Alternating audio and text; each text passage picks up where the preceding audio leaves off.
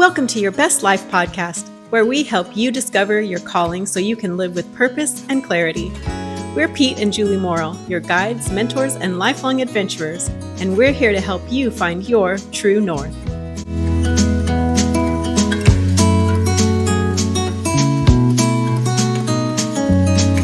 Hey folks, this is just a reminder that at True North Quests and on this podcast, we like to listen to people with a variety of ideas. Sometimes we're going to interview guests who might be a little more extreme in terms of political ideas or religious ideas or whatever. We're not here to endorse their ideas, we're here to explore the path that they've taken toward finding their calling. So we just want you to know that even though we may have a guest on our show, it doesn't necessarily mean we're 100% aligned with their thinking. Okay, enjoy the show.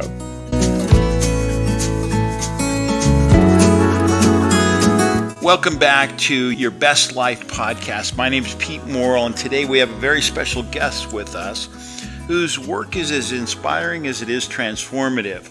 Her name is Snow Thorner, and she's the founder and executive director of Open Sky Art Gallery, a space dedicated to dignity and justice through art. The gallery's mission is powerful. It's to serve the healing of the world by expanding public awareness of social justice through the arts. Snow brings a remarkable journey to this calling. She's been a professional life coach, a passionate art lover, and a poet. She's also the area ambassador for Compassion Prison Project. And in early 2000, she solo backpacked through 7 African countries while representing the movement One People, One Planet, One Future. Here in California, she's collaborated with the Art Council and led reentry programs for citizens returning from incarceration in partnership with Siskiyou County Department of Probation.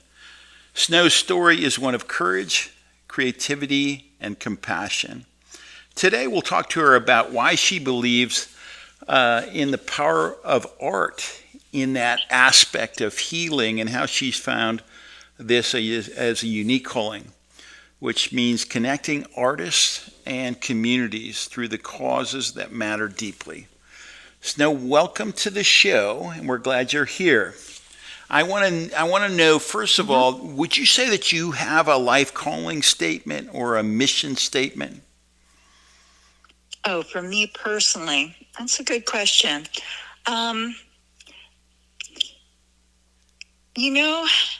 just feel fortunate to be lined up with work that I'm really passionate about.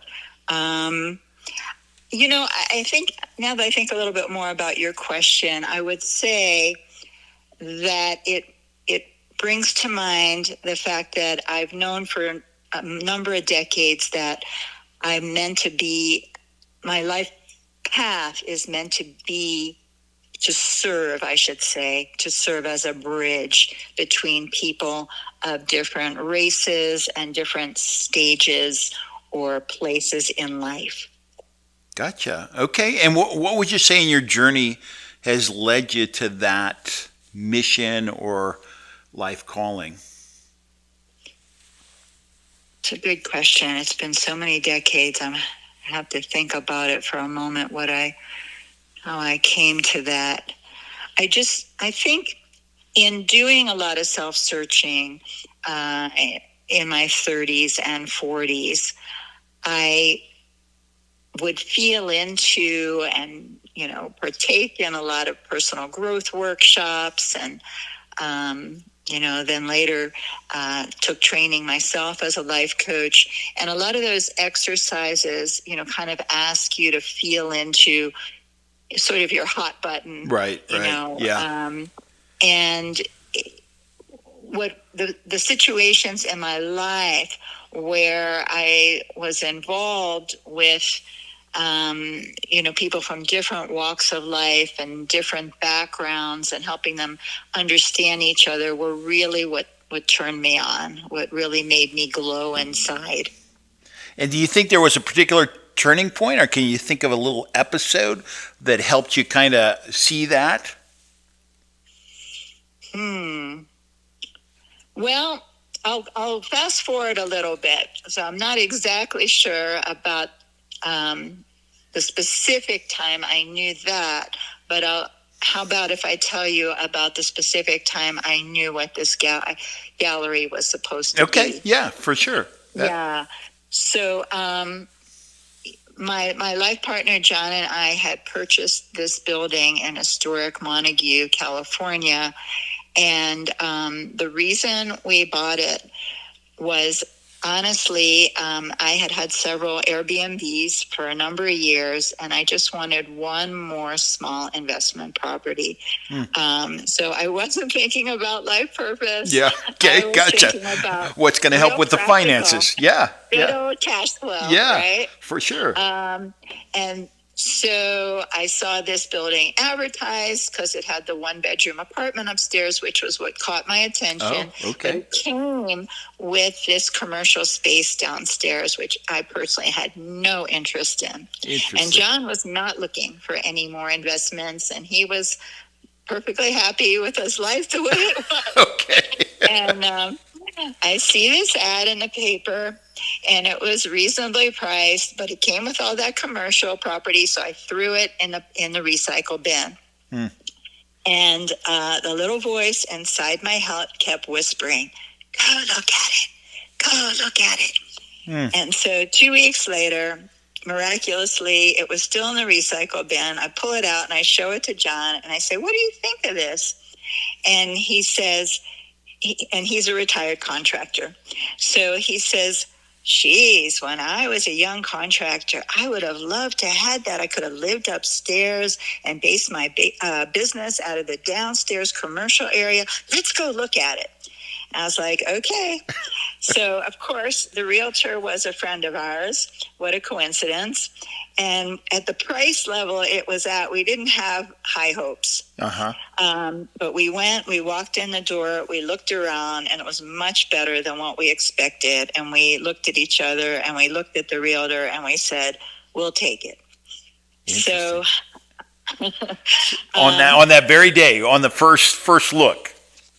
Exactly. Yep. Right. Okay. We were that sure. Okay. And it needed a lot of work, and it needed to be purchased by someone like John.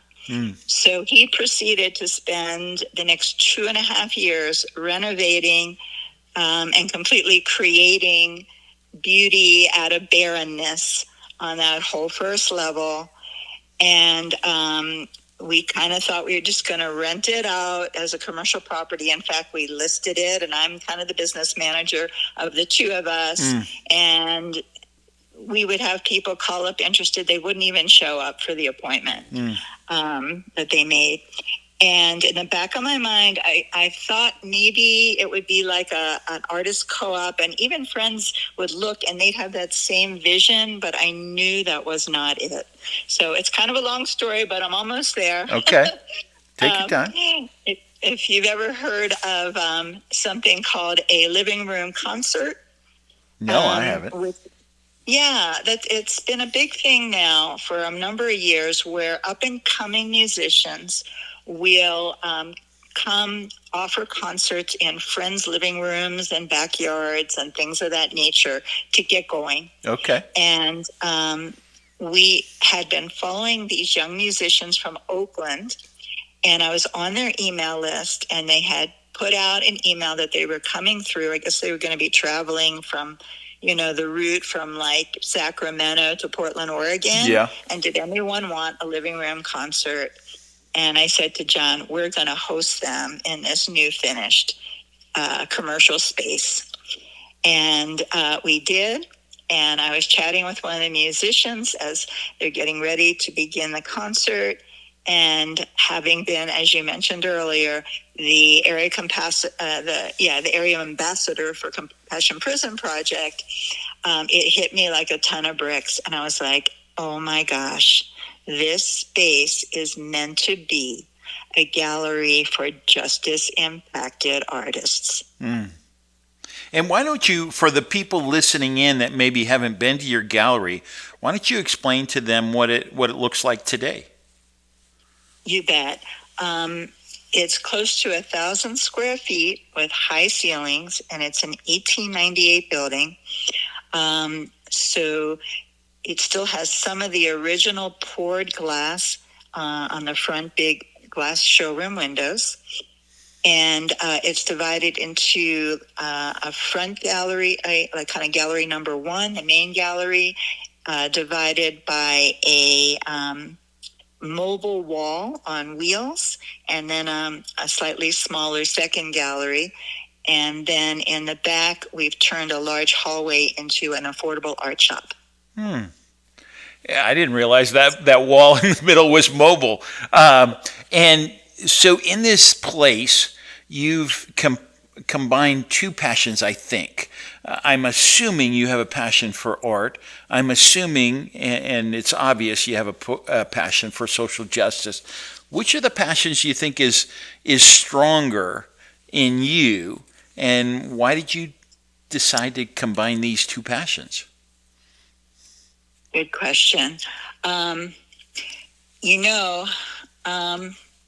It's a little bit of a toss-up, but I would say the social justice is, more powerful because it's more about changing the world. Yep. The art is the tool or instrument for connecting with those who are impacted by social justice challenges. And I think, if we go back to my story for a moment, it chose me. I didn't choose it. Okay. Mm-hmm. But why art? Why is art a good expression or a good vehicle for social justice? Okay, that's a good question.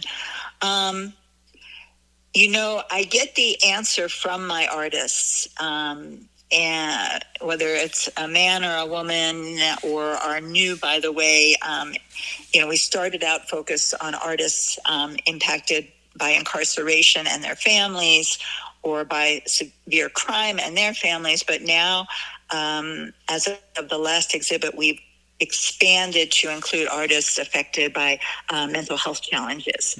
So whether it's any of those avenues, not being a visual artist myself, although I have to constantly remind myself and everyone that art is so much more than just visual art, that, we also host concerts.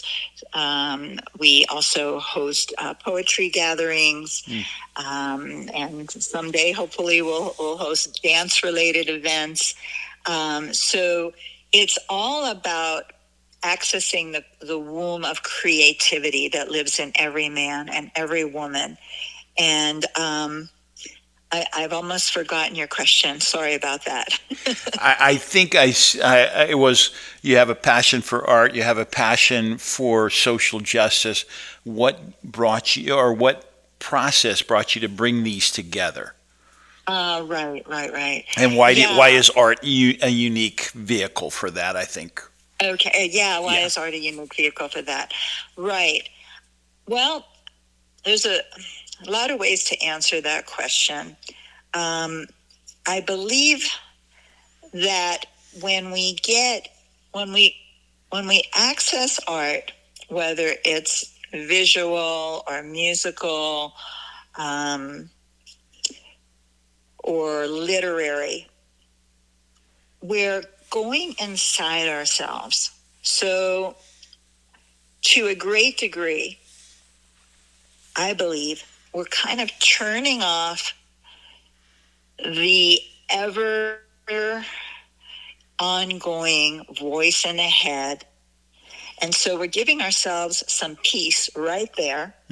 Because similar, right, to going out into nature for many of us, right? Where we're accessing peace, which is more important now than ever at the crazy speed the planet is spinning.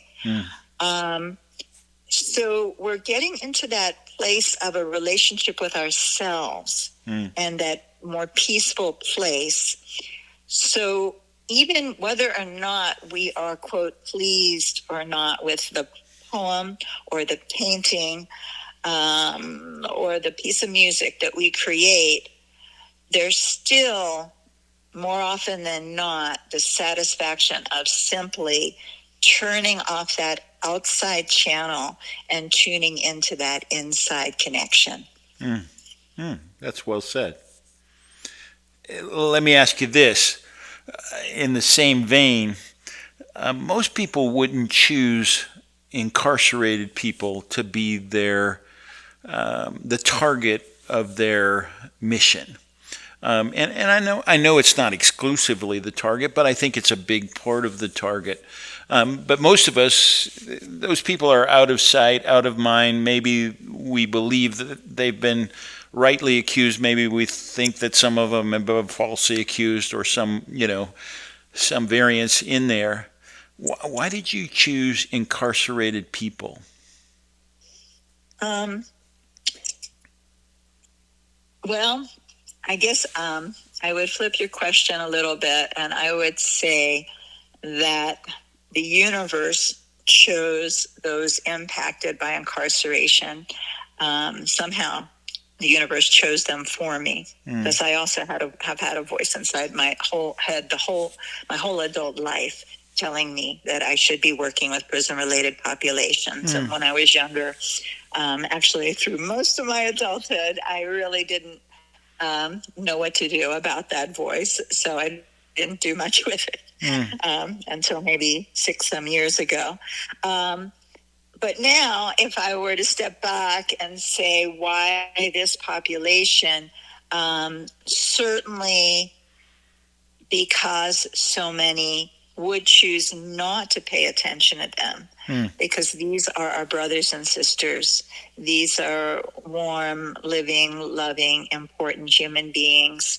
And I would definitely remind myself and others that who among us has not made a mistake, maybe some really big mistakes in our lives, and they got caught. And I am not perfect, and I have had a life of tremendous privilege. So this is a little piece of my giving back for the awesome luck that I've been handed that was not handed to so many of these men and women. You know, I've been in your gallery. You've pointed out what I can tell people is there's a wall for this person, and there's a section of a wall for this person and that. But then when I walk around in the gallery, you give me the backstory of the person. And is that important to you? In other words, is the art what's important, or is the story what's important, or is it the transformative process that the person went through in making the art, or is it the message of the art to the audience? What's the important part of that? It's a good question. The backstory I consider quite important, because without that, it's hard. With that, it really, I think, shines some light on the humanity of these individuals. A lot of them have been handed, a rough, very rough hand in life. And I so honor that every one of the artists in the gallery has found their way to art and embraced it and worked hard to develop their talents and skills at the same time, which has enabled them to develop their hearts and their spirits and help heal. Countless stories that I've been told how art saved their lives, which is, just so incredibly cool. Yeah. Not possible to really completely understand, but, just to honor that they have that, they felt that and experienced that transformation. Is the art kind of symbolic of the pathway of healing for them? I think that is a fair statement. There was something else. Oh, the other piece, especially for those that are currently incarcerated, because we show art from current and former incarcerated as well as their families.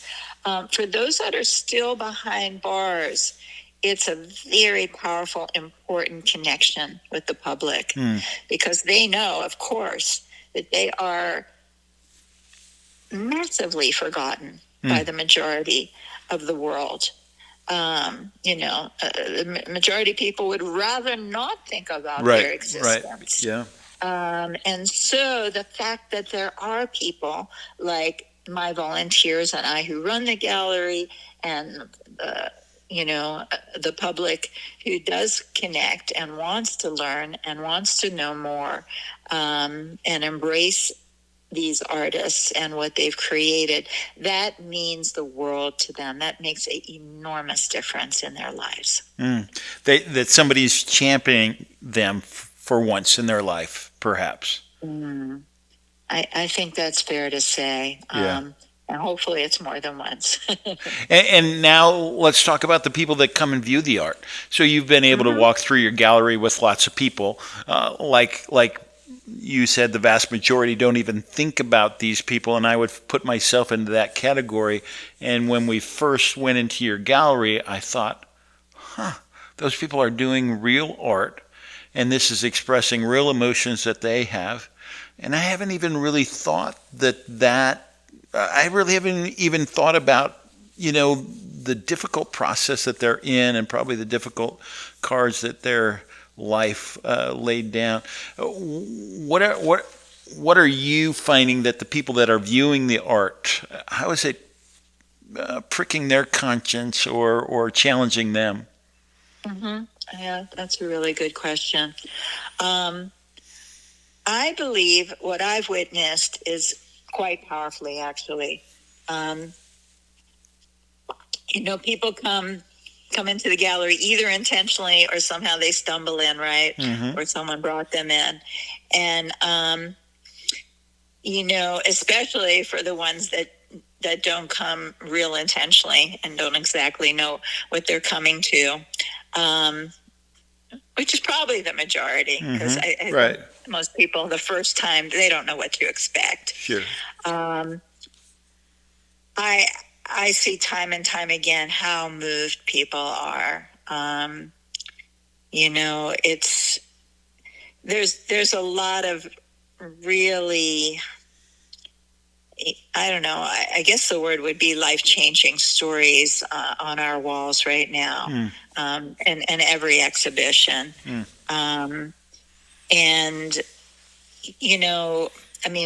One of the stories is how close every one of us is, like one sneeze or cough or driving incident away from being behind bars ourselves. Yeah. And there, as you alluded to earlier, there are plenty of people who are falsely incarcerated. Yeah. And there are plenty of people who, in my mind, are wrongly incarcerated. We have a very broken system. And it's just the most common thing in the world is a teenager who is growing up in a very traumatizing family of origin, parents who are addicts, parents that don't really give a hoot about them. The most classic story is very ongoing, where they join a gang because that gang promises to give them the love and attention that they are lacking and seeking. And, this is going to sound crass, and I don't mean to be crass, but the gun goes off and someone ends up without their life. But should we completely end this lost teenager's life for the next half a century? Right. Or can they be saved? Can they be helped? Can they turn around? Yeah. Yeah, obviously I believe the latter. Yeah. Well, I had a friend once say, I think almost everybody is 4 bad decisions away from running their life into the ditch. And Wow. there's, if you think about it, there's a lot of truth to that. And these teenagers, there's so much about their family and society that's broken. And this gang or this other group that's supporting perhaps destructive behavior seems appealing because it's not as broken as the other part of their life. And so you're right. The gun goes off, and then life's changed in a very dramatic way. You initially focused your gallery on the life of the incarcerated, and now you've opened it up to those who are challenged with mental health issues. Was that a hard decision? Was that an easy decision? For me personally, it seemed like a natural next step. For my board of directors and some of my volunteers, I think my board was a little hesitant. My volunteers seemed to see it right away. But I think they're all on board with the concept now. And what was the hesitation? If you feel comfortable saying that. I think I just have to laugh and say the number one human hesitation, right? Change. Yeah, right. Yeah. And in what way are these audiences similar? In what way are they different? I should say not audiences as much as contributors. Right. There's a tremendous overlap. The majority of those that are impacted by incarceration are also dealing with mental health challenges. And it's not really why, I chose it. But to be perfectly honest, it having this new expanded focus, I think is going to be a real plus for the gallery because there's a lot of prejudice against the whole concept around incarceration. And, we are not going to let it go, and we believe passionately in it. But by also expanding toward the mental health issues, my hope is that more hearts and minds will open to what we're doing. Well, and you have noted there's overlap, and there's overlap with all kinds of issues with mental health and homelessness and all of that. And now mental health seems to be more embraced by society. Do you think that is a healthy trend, that mental health is being talked about more openly and people are more willing, celebrities and people that we're well aware of are more willing to admit that they're struggling with mental health issues? Absolutely. I think it's vitally important. The statistics that I've seen say that 1 out of 4 individuals has a serious struggle with mental health at least at one point in their lifetime. So that's, huge. Yeah. Right? Yeah. And, when I talk to audiences at the gallery, my joke, not joke, is that, and the other 3 out of 4 of us too, for the other 3/4 of us, I think it's maybe not an ongoing severe issue, but who has not dealt with stress, anxiety, or some depression? Yeah, we're all on the spectrum, right? It's just how far are we towards the spectrum and how debilitating that mental health problem is. Yeah. Yes, I totally agree with what you just said. And so to finally begin to have some freedom to talk about these things is so important. I'm one of the people that just, I really have disdain for the normal conversation where people hide anything that's less than perfect in their lives. It's just, I just really rather be by myself than be involved in that kind of conversation. Yeah. So when we can talk about real things, which often means struggles and challenges, that's when you've got my attention. Yeah. both Julie and I agree with you that we're terrible mixers at parties because we want the discussion to mean something other than talking about the latest weather or the latest sports escapade on TV or whatever. 100%. Yeah. Yeah. And what's great about your gallery is it throws people in to deeper issues right away. Unlike, I've gone to a number of art galleries. I'm not an art expert by any stretch of the imagination, but I've never, at least, and I'm sure there are art galleries like this, but I've never had an art gallery that represents a social cause like yours does. And where did the seed of that idea come from? I mean, it's ever evolving, really. I mean, you just like kind of lit up a part of my brain when you said, throws people into deeper issues. And I thought, oh, there's a new way I could be talking about the gallery. There you go. Good. To help people understand what we're doing. Yeah. Like if you're sick of living life on the surface, right, take a step through our doors. Yeah, there you go. There you go. And it's not depressing. I mean, there's a lot of hope. So I think maybe that's what I want to talk about for a minute. And I want to credit one of my mentors in across the border in Southern Oregon. Deanne Everson is the executive director of United Way in Jackson County, Oregon. Although sometimes, Siskiyou County being so close, she's gotten involved with some issues here. Anyway, I was in a women's women living leadership program led by Deanne years ago. And one thing she emphasized, which I think about to this day, was if there was one word, one concept that really rose above everything else when it comes to social justice and all of these various challenges in our society, is hope. Without hope, you have nothing. And with hope, you have everything. So art and our gallery, and organizations like ours in the nonprofit world provide hope to these individuals who, in many cases, are desperately searching for a lifeline.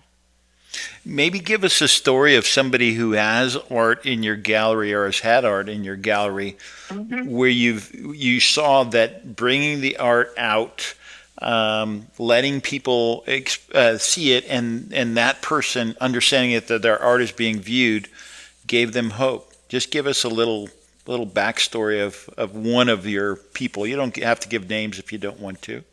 Sure. I think since this artist is in our current exhibit, we advertise her name. Feel pretty all right, I won't use her name just in case. Okay. But it's a female artist who is in our community and geographically, which is, believe it or not, the first time we've had an artist in our current community. Okay.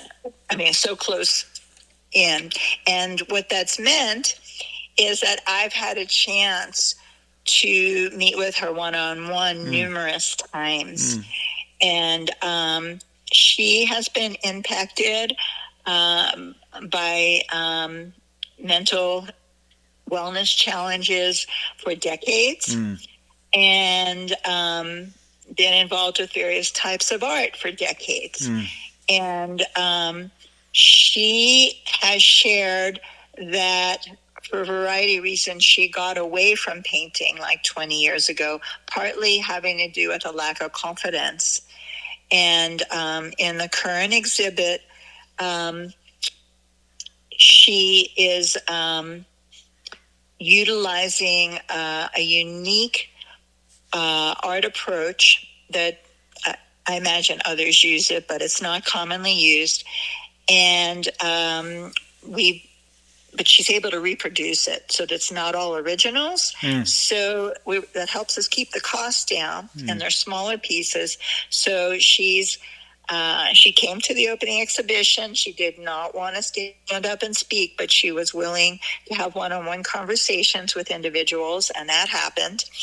And it's the first exhibition where she's ever had her art shown publicly. Oh, okay. And she's had over half a dozen sales, and she has just blossomed before my eyes. Wow. She has just almost become a different person. She was always a sweet, wonderful woman, but so much more confident now. And she's actually decided that she has the wherewithal and the energetic means now to return to creating paintings. Not that the what she's been pursuing is any less than, but she wants to also return to painting. And it's been such an honor and a privilege to work with this woman. Wow, that's a fun example where really just having the art out there and having people desiring the art has transformed her, it sounds like. And let's hope the art has transformed the people who are viewing it as well. I've had the privilege of seeing most of the people who purchased the art connect with it, and just the way they lit up about her interpretation of her subjects is really cool. You're just making me realize in this moment, from A to Z, what a privileged position I am in. Well, that's a unique person because that person lives, they're neighbors, it sounds like. But I'm guessing most people would ask the pragmatic question of, well, how do you get in touch with other artists, especially those who are incarcerated, to find out, who has art that's available, and then do you actually talk to them? Do they have people represent them? How does that? What's the pragmatic part of how this all happens? Right. Well, so far as your questions, the answer is yes, yes, yes, and yes. Okay. I've connected with artists and 100 different ways, from being referred by an acquaintance to her friend who was the art director at San Quentin. And so that was like a small jackpot a year ago. That's interesting to know that San Quentin has an art director. Yeah. Okay. Yeah. Well, it's phenomenal. What a wonderful thing. And I wish that was true of most prisons, but it's not. But yeah, she's been there 20 some years. And in fact, the art of incarcerated individuals is kind of a hot ticket in the big cities now. Oh, interesting. I'm here to tell you, in New York City, art from incarcerated artists is going for like $25,000 a pop. Wow. And there's a pretty big demand in the Bay Area for events with like former incarcerated artists, et cetera, et cetera. So I had to really beat on their door to get them to send me some art. They were so busy. Interesting. Wow. Okay. Yeah. So I was lucky that I believe it was 4 of the artists that agreed to send a few pieces. So yeah, very fun. In that case, I found some on Facebook. I just found a new artist on Facebook, an old Facebook friend, and had no idea this woman who is actually like, in my opinion, like a genius political commentator, not professionally, but just so smart. I just love reading what she has to say. And lo and behold, she posts 2 paintings, and then in another post explains how she's had these tremendous mental health challenges and went through a 10-day dark night of the soul years ago, and finally got diagnosed with ADHD and autism. And I was like, wow, I want her in the gallery. I sure hope she'll agree. And in fact, she's going to be in our next exhibition. Wow. Wow. from New Mexico. Yeah. Curious, when you were saying there's this hunger for this kind of art, have you ever thought about taking your art on the road?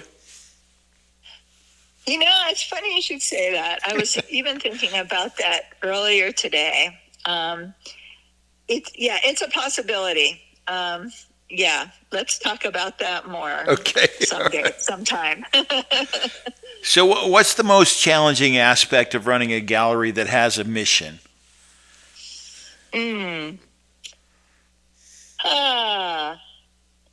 Well, for us, being in a really small town is a definite challenge.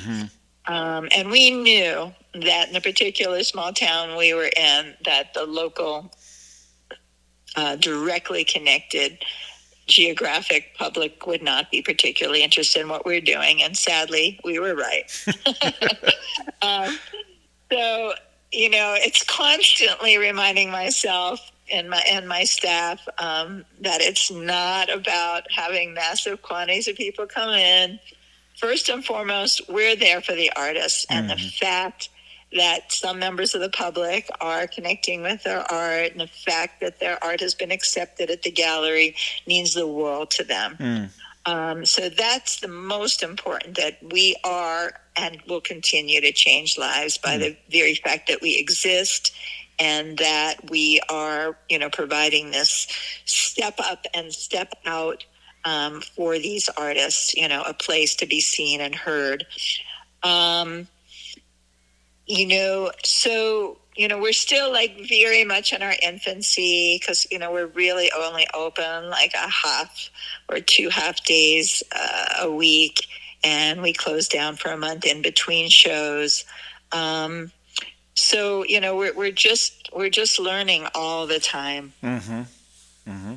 Now you had a gallery at a different location. I'm assuming that there are other galleries that are similar to this in other parts of the nation. Is that true or not? There's a little bit of truth to that.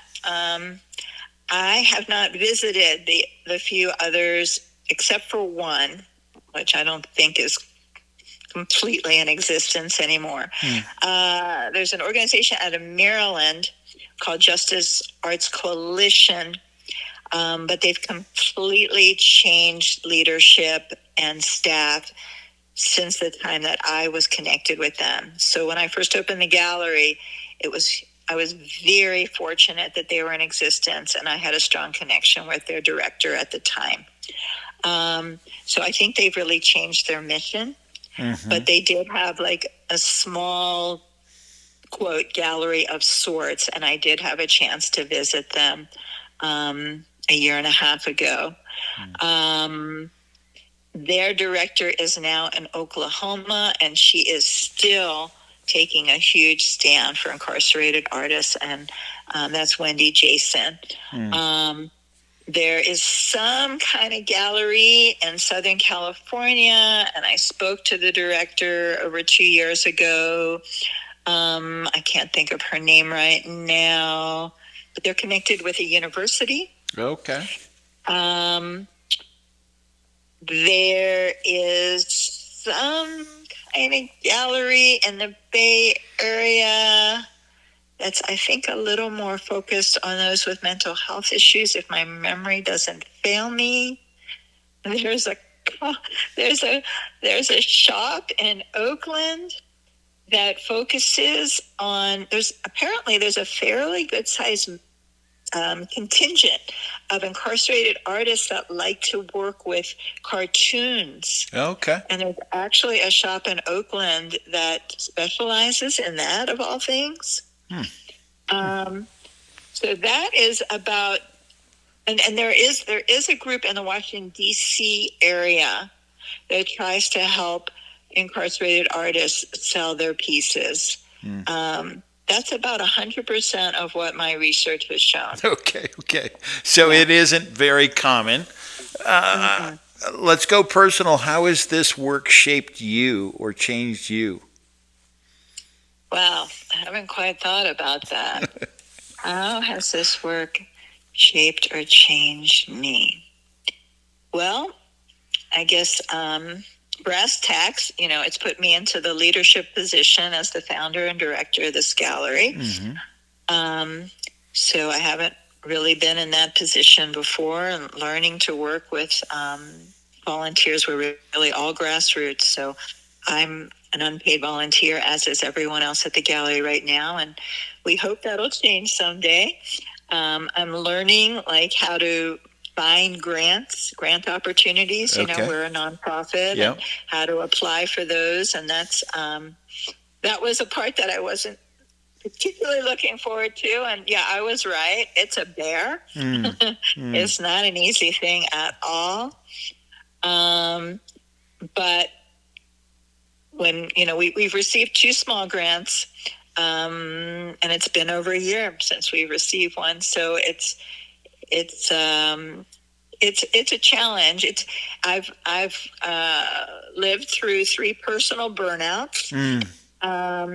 Even though I've always been very health oriented and balance oriented in my life, so they weren't huge burnouts. I recognized them right away, and I took myself on personal retreats. And so I think I've really learned. I haven't had a burnout now in about a year, and so I'm extra careful about just giving myself more time off and more time away. There is a tremendous amount of burnout in the entire nonprofit arena. And I would, from what I've read and heard and witnessed, sadly, in a way, the vast majority of nonprofit directors are pretty darn stressed out and putting too many hours in, and challenging their mental and emotional health. So I'm happy to say that's not me anymore. But yeah, I think that kind of covers it. Yeah, that's good. You've been a life coach before, Snow. And so many of the people that are listening to our podcast have a pretty significant interest in finding their own life purpose, their life calling, what it is that, and you've kind of mentioned a couple times that there was this, the universe was calling you or drawing you, or you heard this voice or whatever. How would you coach people that are saying, I really want to find what I'm supposed to be here on the earth to do? What is the cause, or what is the change, or what is the audience that I'm supposed to be serving, and how am I supposed to be serving them? How would you coach them? Right. Yeah. The first thing I would say is that there is, without a doubt, a place inside yourself and experiences that you have had that have connected you with your purpose and your calling. It's already happened. You just have not necessarily been completely consciously aware of it. You haven't completely had the light come on and say, oh, that's it. Although that might have happened too, but somehow as humans, we can go into denial or go into a bit of fear. So because, most people really don't gravitate toward change. So I would suggest probably spending some quiet time alone, or with, a trusted guide or coach, so you can start to create space in your life to feel back into prior experiences and connections, and start to examine where you really have lit up in prior stepping stone points of your life. Yeah, we would say that internal thing is your true north. I don't know if you're familiar with the backpacking compass term, but we would say everybody has a north, a magnetic north, which is often just a few degrees off your true north. But the true north is really what that deep calling is about. And discovering that is a challenge and a journey for a lot of people. So Yeah. So if you wanted to leave our listeners with a few thoughts in terms of why why it's good to stand up for the people that sometimes can't stand up for themselves, which I think is definitely a big part of your calling. Why is that important? Well, for me, it's, yeah, if I have the wherewithal and I have the means to light up someone else's life, whether it's for a moment or, a week or a lifetime, then it's incumbent on me to step up and use whatever power or whatever privilege I might have. I don't know. I'm thinking a little bit about. I'm not sure if I know the exact quote, but something like Mother Teresa would have said, and she's definitely one of my heroes. The people we don't. We look at people that are helping others and we always say, oh my gosh, that person is so amazing, blah, blah, blah, blah. But the truth is, and I do believe Mother Teresa said something to this effect, even she, who, certainly was one of the most deeply giving, unselfish people to ever walk the planet, she still wouldn't have done it if it didn't make her feel really good. Because somewhere deep inside our human soul is the need to care for others and the need to give to others. Don't you think? I do. Yeah. I really do. In fact, when people are having mental health challenges, especially depression or just feeling off base, one of the best suggestions is always to help someone else. And in the process, you'll help yourself tremendously. Yeah. I think that's a truth that a lot of people haven't figured out. And once they figure that out, they can start living like they've maybe never lived before. Let's get pragmatic again, Snow. Where can people find you online? Maybe give a little plug in terms of if your gallery has anything, a website or anything like that. Where could they buy art for people that are incarcerated or dealing with mental health issues online? Yeah, thank you. We're OpenSkyArtGallery.com. We're in the process of creating an online store, and it is not fully up, but maybe by the time you hear this podcast, it will be. And knowing that you'll hear it, I'm going to push my website volunteer to go into fifth gear. Good. We do have a place to subscribe. I think you'll see it right on the homepage of the website. So please subscribe so you can receive our monthly newsletter, and you'll get notifications as well when the online store is up and running fully. We're we're an easy less than an hour drive. We're halfway between Mount Shasta, California, and Ashland, Oregon, about 45 minutes from each of those cities, and well worth the drive. And it's a beautiful one at that. Snow, thank you for sharing your story and your heart with us today. Your journey reminds us how something like art can be way more than just art. It can really stand for something, maybe even open our eyes to people that are struggling in different ways. For those listening, if you'd like to learn more about Snow's work and Open Sky Art Gallery, we'll include links in the show notes, and I encourage you to check it out and exhibit it. Snow, I really appreciate your time and the encouragement, that it has been for me to see the hidden people in society. I think probably more than anything else, when I went into your gallery, I just never thought about people incarcerated or people dealing with mental illness needing to express themselves and needing to be heard. And I think your gallery is just a great forum for that. So we are very appreciative of your time and your efforts in the gallery. So thank you very much. Right back at you. All right.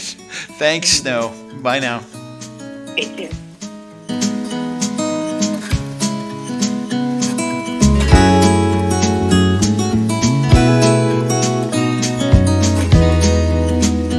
We want to take a moment to thank our sponsors. Today's episode of Your Best Life was brought to you by True North Quests, helping you discover your calling so you can live a life filled with purpose. Find out more at tnadventures.org, where you can book an appointment with a calling coach, learn about upcoming True North Quest workshops, and more. And by Marble Mountain Kennels, where exceptional Labrador retrievers are bred and trained for adventure, companionship, and service. Visit mmkennels.com to meet your new best canine friend. Thank you for joining us today. Until next time, remember your best life starts with knowing your calling and finding your true north.